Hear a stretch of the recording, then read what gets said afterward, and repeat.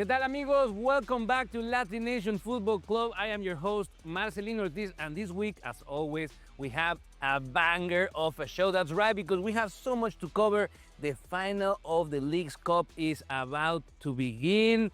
Just in a few hours, in a few days, it's going to be crazy. We have the finalists. Also, Champions League, the draw is complete, and we know the fixtures for this upcoming season of the biggest and most regarded tournament in the world, in the club level. Not only that, international window is coming, and the last game of Messi is in the menu. This is a historical moment for the Argentinian team that will see Messi play for the last time on home soil. And we have to start with Leagues Cup, and that's why I'm here with Chiva Mayor, Nik Z, my good friends, trusted collaborators. Guys, the tournament is over, controversial. There's a lot of things to improve, but the reality is that Miami and Seattle, two of the best teams in MLS, are in the final. The third place might be either Galaxy or Orlando. They will play for the third team that will qualify for the CONCACAF Champions League. Chiva, is it a failure for the Mexican teams not to be even in the Final Four? Huge failure. Even though they come up with excuses, the traveling, even Mohamed was talking about how Toluca have to come from Toluca all the way to LA, not knowing that Orlando came from Orlando to Los Angeles, which was a larger flight. I think no excuses for La Liga MX. Definitely, I think if they do the tournament playing in Mexico and the US, it's going to be more interesting, but it's way better this time than last year. I think it's only going to get better every single year. MLS has to make a statement if they want to remain competitive with the Mexican League, because obviously they are more traditional teams. Nik, yes, thank you for being here with us, but I have to ask you, if this is really a success for the MLS, or is it just fool's gold? Okay, so I think there's two sides to the coin that you're talking about here, Chiva. Yes, those might be seen as excuses. MLS consistently doing better in this tournament, at least in the last few years. This is the kind of final we've seen, going back a few years in a row now. But I'd like to see MLS teams do well in Mexico, in Mexican stadiums. So ask yourself that question, what would that look like? So I think while the travel time might not be a huge thing, I think there is still something about playing in your home stadiums or even in your home country. But you can't deny the facts. MLS, at least for now, dominating in this tournament, and MLS kind of needs that. MLS is at a different place as Liga MX. Liga MX, the Mexicans have made a name for themselves. You go anywhere in the world, they know America, they know Chivas, they know Toluca, they know Cruz Azul. These are household names. MLS is still at this point where they're trying to get this international recognition, and tournaments like this are what's going to get them there. Now, whether or not the location matters or not, we can debate that all day, but no matter how you look at it, win for the MLS. Without a doubt, it means that 3 MLS teams will be in the next CONCACAF Champions League. That grants a ticket for the brand new and the darling of tournaments, the Club World Cup. Now, it is time for us to continue talking about international club competitions, but now we have to step it up a notch, my friends, because it is time. I think, look at the grin in my face. Everybody's happy because Champions League is back. The standard of soccer in the world. El mejor fútbol del mundo is about to begin, and we have great games. The draw happened last Thursday, and we have some great fixtures, Nik. Tell me, you're the specialist. What are the highlights? What are the games that we must not miss? Honestly, I probably don't even need to tell you. It's the usual suspects, the greats, the giants, your beloved Real Madrid, the Barcelonas, the Liverpools, the Manchester United, just kidding, City. I mean, these are the smaller teams many of you guys probably have never heard of. Kairat Almaty. That is the farthest east in Kazakhstan, the farthest east any team has ever qualified from. If Barcelona need to go there, Yamal's going to be 21 by the time they get over there. There's a team from Azerbaijan, Karabakh, which also, first time for them. Paphos FC, tiny club on the tiny island of Cyprus. And then there's, Olympiacos from Greece. So happy to see them in there as well. So some interesting, not so household names entering the mix as well. But speaking of these giant clubs, these amazing European teams, obviously big names like Real Madrid and Barcelona as well. Barca got a pretty easy lineup ahead of them. So not too much worry. There never really is for Barca. But what about Real Madrid? They got a tough few fixtures for them, particularly Man City. Yeah, they're going to play Manchester City, Liverpool, Juventus. I think it's going to be tough for Madrid, but it's el Real Madrid, el más grande del mundo, hermano. We don't worry about that. Barcelona they have to give them an easiest path to see if they can at least make the semifinals. That's the way I see it. What do you think, Marcelino? I think that this is going to be one of a hell of a season. I think Real Madrid has the squad to compete again at the highest level after a quarterfinal exit that was a failure for the standard that Real Madrid comes. Barcelona, for me, is the top favorite just because they're going to have such an easy group stage that will allow them to rest the legs a little bit. Come November, the last, match day 7, match day 8, you'll see a difference of having to play hard teams like Real Madrid versus Barcelona that will continue. My favorites to win it, I think Chelsea. I think Chelsea is a dark horse on this competition. They won't be doing that well in the domestic league, but I believe that they will be focusing their efforts in the Champions League because they have a crazy squad. Now, this is soon, guys. This is very soon. But favorites? Should we cast some favorites? Some people out there that want to put some early money into the polls? Who is your dark horse? Yeah, okay, so I'm looking at Barcelona right now because of what I just mentioned, and obviously Barcelona's Barcelona, and everyone knows who's playing for them. But I would say a dark horse for me, Bayern Munich. Solid squad, consistently solid all the time. They got this just amazing tactics. They're so cohesive. They play so beautifully. I think that's a squad that might be overlooked right now that could, kind of be a thorn in the side for a lot of teams. I mean, Benfica just beat Fenerbahce to make it to the Champions League, and I think they're gonna be a tough cookie to eat. Yeah, no, that's right. And look, I mean, these are fixtures that are going to be happening every few weeks, but we don't have to wait for all of that. In the meantime, we got amazing football coming out of Europe as we speak. For example, Alex, what do you have from us from the EPL over there in England? That's right, Nick. We are heading over to the land of tea and biscuits. We head over to Spurs versus Manchester City, beating them 2-0 with 2 first-half goals where the Manchester City bench was just laughing off this result. Then we go over to Liverpool versus Newcastle. This game was insane. We saw a red card from Gordon after a very nasty tackle against Van Dijk, ultimately losing 2-3 to the Reds. Then we finish it off with a 5-0 victory for Arsenal against Leeds, and seeing an amazing brace by Gyökeres, showing that he is adjusting to this league perfectly. Gyökeres living up to the hype, every bit of it. And Man City, 6 of their players that started weren't even there last year. So sometimes too much change, not necessarily a good thing. What's going on in Spain? What's up with La Liga? And then in La Liga, we saw another 5-0 victory. I mean, Villarreal absolutely dominating against Girona with a hat trick from Buchanan. Amazing player, amazing goals. You just love to see it. Then we also saw a 3-2 victory for Barcelona, my team. They saw a very last-second goal with a cross from Lamine, who ultimately had them do an own goal right into the top bins. Amazing, beautiful, you love to see it. Then we saw a 3-0 victory from Real Madrid, Chivas team, and we saw a brace from Mbappe, and not only that, but a last-second goal from Vini Jr. Thank you, Alex. That's a great update. And La Liga and Premier League always setting the example to the rest of the world at the highest level. Great teams will continue to cover them. And, in addition to the Champions League, which we are excited to come. But now we have to go on a break, my friends, because we have a lot more show. When we come back, we're going to be talking about the international window. We're going to be talking about NWSL. We're going to be talking about the Women's Champions League and so much more. Don't go anywhere because this is LatNation Football Club.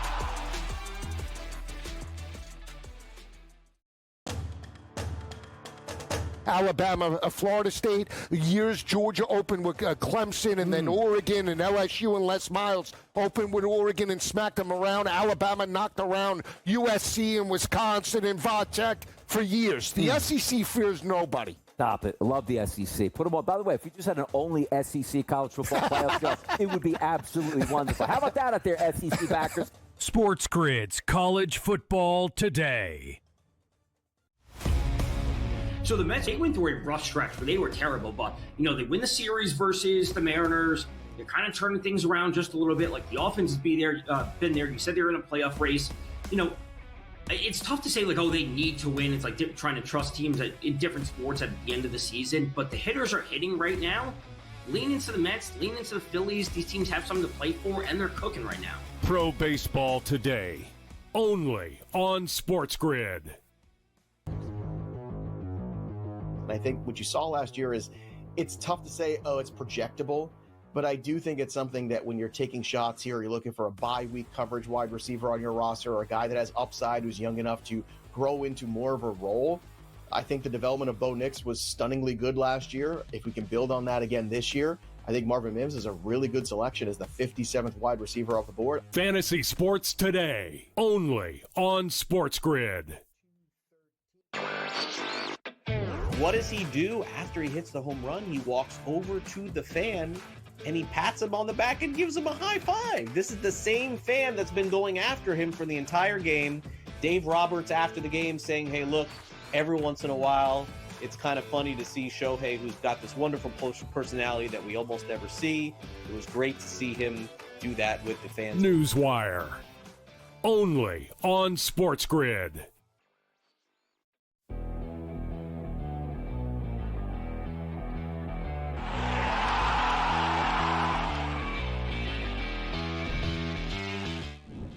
We are back here in LatNation Football Club, my friends. I am your host, Marcelino Ortiz, and we continue to bring you the very best information del fútbol, calcio, catenaccio, whatever you want to call it. We have it here because we are so passionate about this beautiful sport. That's why I'm here with Chiva Mayor, Nik Z, good friends and trusted collaborators, and we're going to break down the international window of soccer. National teams are back.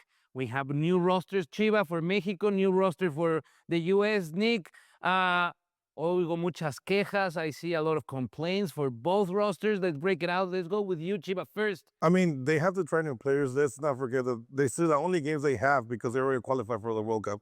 Now to see players like Luis Romo, Lainez coming back to the lineup, I think it's interesting. They're going back to the La Puente times where they will have the Liga MX players called from the national team have a microciclo with the national team. Let's see how that works for the Mexican team.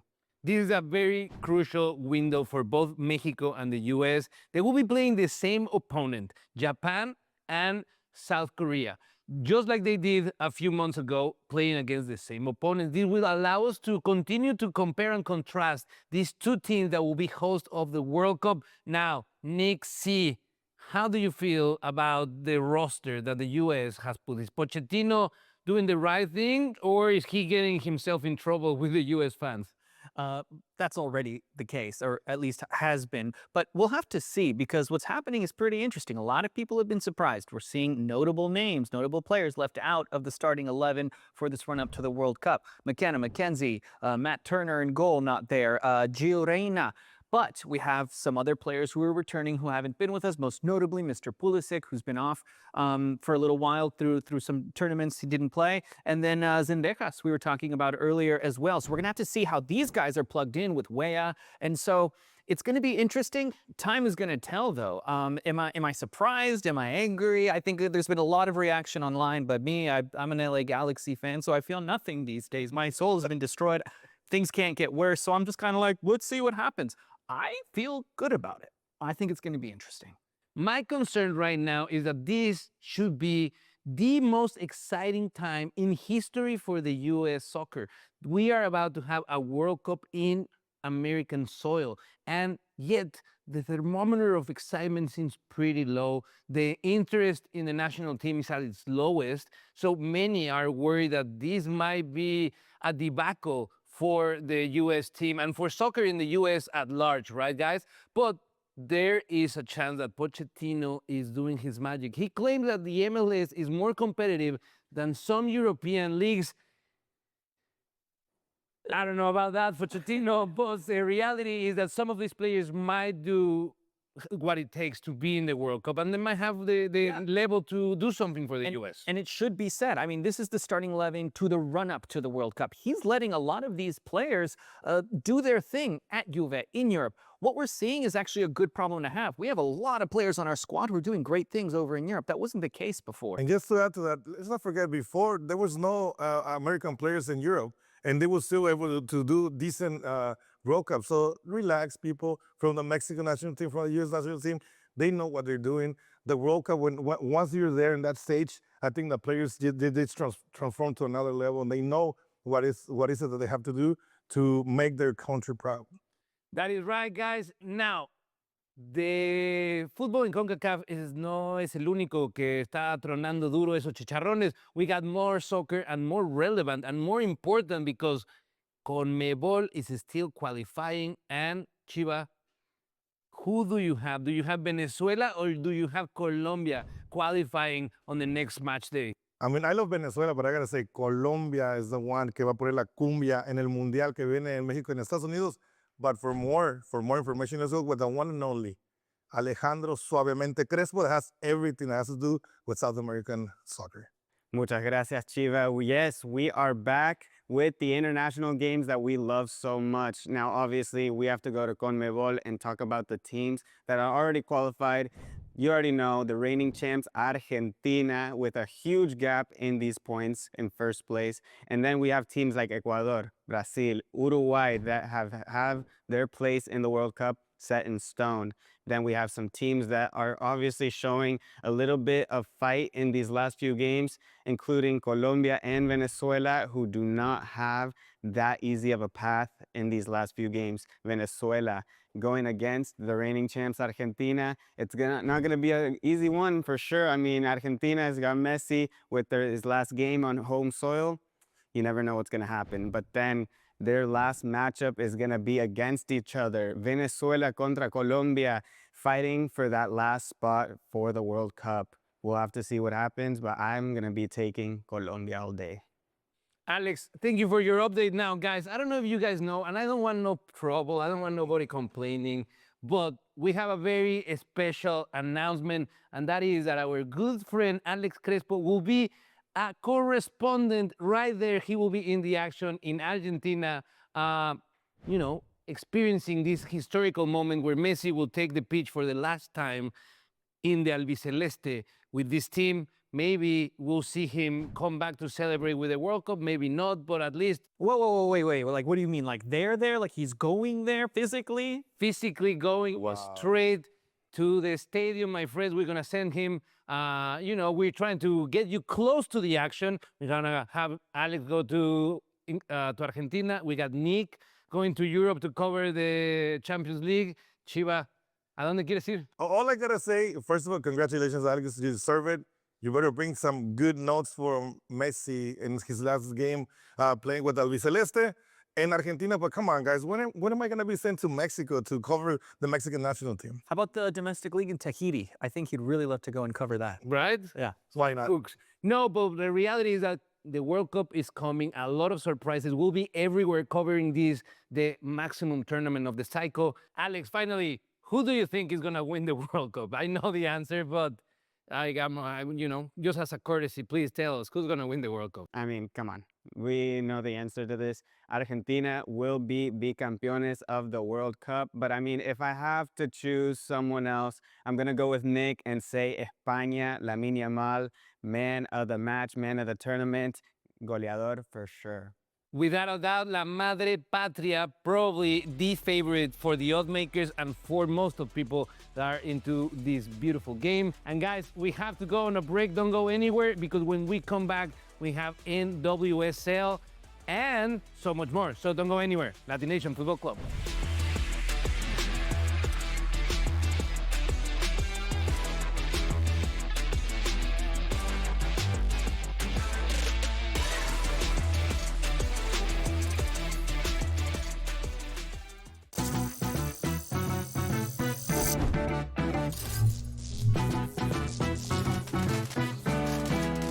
Here's a tip. Some machines and online games have higher average payouts than others. Want to try to maximize your odds? Well, do some research online to find games which have the highest RTP or return to player percentage. So now, go get lucky. See you in Las Vegas. Let's get lucky. Devon Acham, calf issues are really tricky. I'm not saying he's going to be on the PUP list or anything like that, but it is something to monitor. And he is a small running back, and I think chasing last season is just a problem. I can't take him over Derrick Henry at the end of the first round. I think it's crazy. And Ollie Gordon's a player we talked about. Here's the preseason stats for Ollie Gordon, Matt. 26 attempts, 126 rushing yards, 4.8 yards per carry, and a touchdown. Fantasy only on SportsGrid. Shohei Ohtani was minus 20,000, I believe, Tom, when we were talking last week. He's down to a minus 4,000, which I still think is fun. I don't know who say, oh, now's the time to bet the minus 4,000 here and win some money. Schwarber's a 12-1 price, Machado 10-1, Soto 200-1. It's still going to be Ohtani's award here. They're not playing great baseball for the Dodgers, but I do find it funny. Like, what is the difference between minus 20,000 and minus 4,000? Who knows? Who's got that much money to play anyway? Pro Baseball Today, only on SportsGrid. Arch Manning is a 7-1 price to win it. You take a look at Cade Klubnik here for Clemson. He's a 9-1 price. Nussmeier. Then we see Jeremiah Smith. He ain't a quarterback, Joe. He's a wide receiver. Love those wide receivers. Yeah, Ryan Williams is another one from Alabama. Yep. Jeremiah Smith and Ryan Williams will battle it out for best wide receiver, potentially leading their teams to a college football playoff. SportsGrid's College Football Today.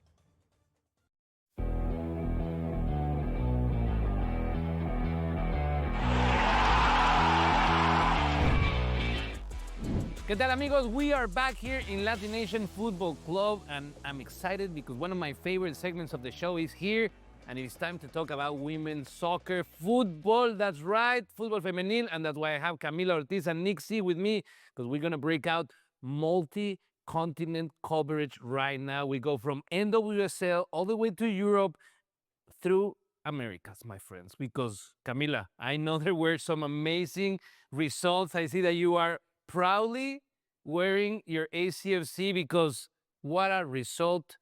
I'm going to let you, please. Yes, absolutely. This was such a fantastic game. We had ACFC face the Orlando Pride. This is notoriously an extremely strong team. I mean, last season we saw it. They were the champions. You thought it was going to be an easy win for Orlando, but no, it did not go that way. ACFC was attacking. It seemed like they just couldn't get one in the back of the net. But the new young prodigy, Alyssa Thompson, put in a banger against no other than Marta. It was a little bit bittersweet. You never like to see a legend like Marta get scored on, but I love to see that for Alyssa Thompson. It was amazing. She was cool indeed. A little juke from Alyssa Thompson, and Martha, she was counting her trophies.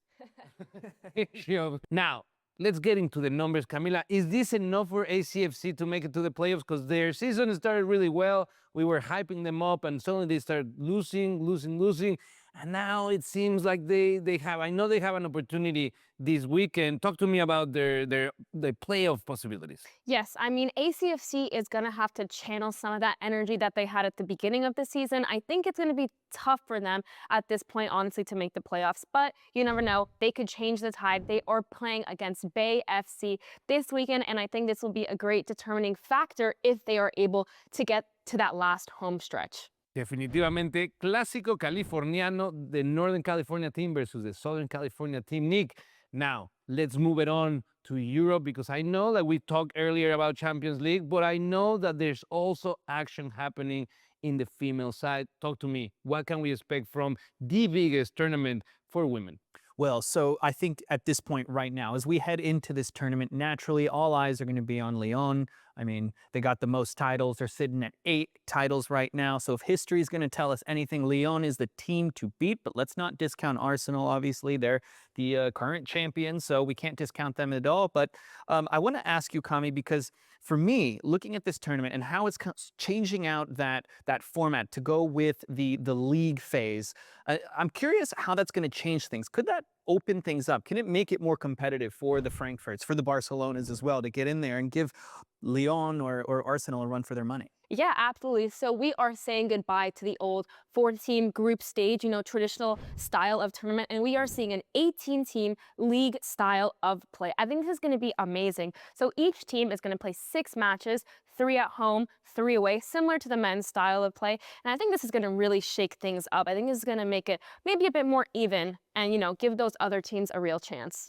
Now, it is moment for us to make a little comparison, right? And a great example of it was just last weekend. We saw Barcelona, the best team in the world, play against the Mexican League All-Stars. Now, I want to say, not because I'm Mexican, but what is happening in Mexico in the women game is very, very important. Mexico is growing to be the top league in the world. They just produced the highest paid player in the history of the game, 1.5 to 2 million, depending on who is doing the accounting. Now, Camila, talk to me a little bit about that game, your impressions, and what it means for the Mexican League to be playing, mano a mano con los mejores. Yes, this was a super exciting match, lots of goals. It was a 2-2 draw. The Mexican team was able to put in a first early decisive goal, but the manager from Barcelona, he fought back. He put in his stars, Putellas, Bonmati, and Bonmati was able to secure another goal, tying up the game. But yet again, the Mexican team was able to score a second point,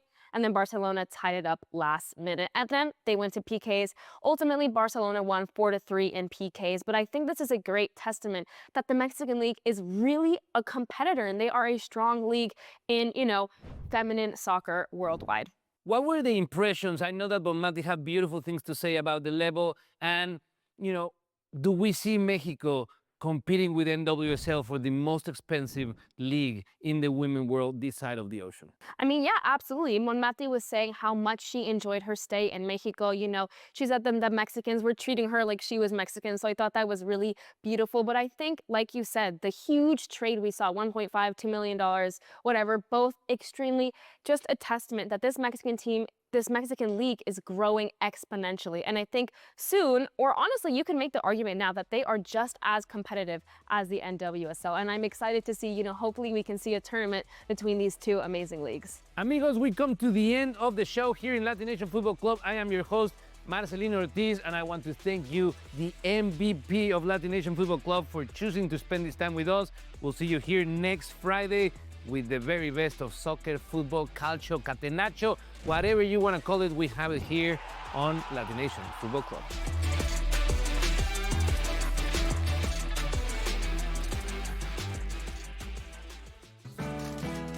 Playing online blackjack and want to try upping your odds? Well, here's a tip. Cheat cards tell you statistics for whether you hit or stand on every move. If you're into stats, this could be your ticket to winning. And it is totally legal.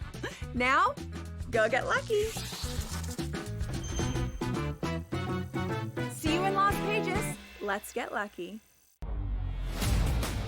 The Pirates use that thing, Joe. It's like once every 15 years, we'll hope for the perfect storm with lightning in a bottle, then we'll try to rebuild it again. Enough, man. In this day and age, with the prospects that you can certainly have by stinking every year and top-flight talent like you see in Paul Skeens, it's just a shame, and it gets on my nerves. Like, for me, being a Phillies fan, I think it's hilarious. Like, I never want Pittsburgh to be good. Why? Not because it's a rivalry. It's just a team you don't have to worry about in the playoffs, and your team can make the playoffs. The Early Line, only on SportsGrid.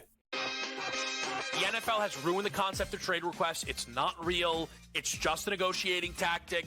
I'd appreciate reporters changing the language, because in the NBA, when a player requests a trade, they get dealt.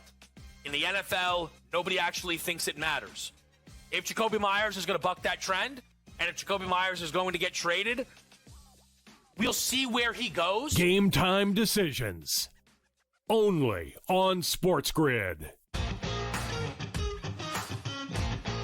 Hopefully starting in 2027, where I think the schedule could just completely get blown up, which would be so exciting for the fans, the players. So there's interesting things that I've heard that that would be like one of the first things that could say that people are talking about, and that things could really get changed up a little bit. The